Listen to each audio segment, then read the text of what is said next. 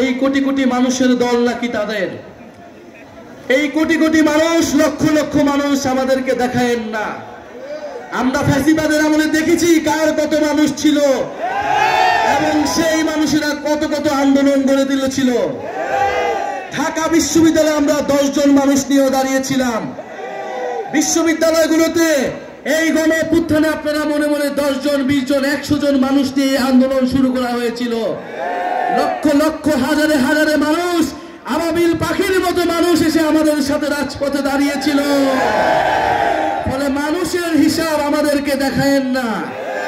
যদি নৈতিকতার সাথে থাকেন, যদি ইনসাফের সাথে থাকেন, একজন মানুষ 1 লক্ষ মানুষের থেকেও শক্তিশালী হয়ে দাঁড়ায়। ইনশাআল্লাহ আমরা সেই একজন মানুষ হতে চাই যারা ইনসাফের পক্ষে দাঁড়াবে, যারা ন্যায়ের পক্ষে দাঁড়াবে, যারা দুর্নীতির বিরুদ্ধে দাঁড়াবে।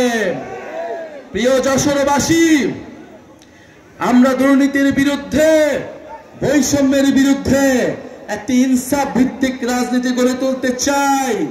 আমরা দায় ও দরদের একটি রাষ্ট্রনীতি গড়ে তুলতে চাই, যেখানে সমাজের সকল ধরনের মানুষ, নারী পুরুষ, ধর্ম বর্ণ নির্বিশেষে সকলের অধিকার, সকলের হক নিশ্চিত করা সম্ভব হবে।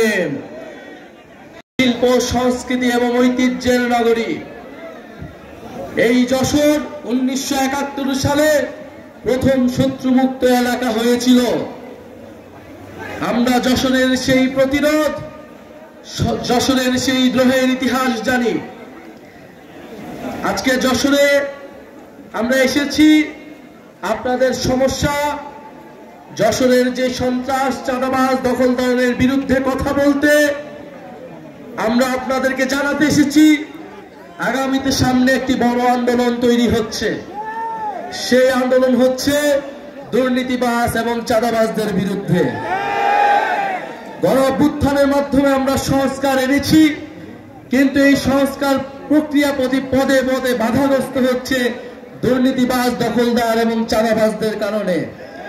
এবার আমাদের মাঠে নামতে হবে দুর্নীতিবাজ এবং চাঁদাবাজদের বিরুদ্ধে।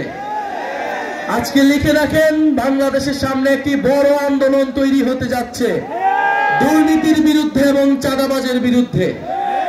দুর্নীতি যারাই করবে, যদি এনসিপির লোকেরা করে, তার বিরুদ্ধে সাধারণ মানুষজন রাস্তায় নামবে।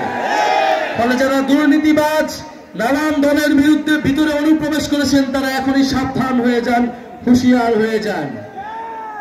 প্রিয় যশোরবাসী,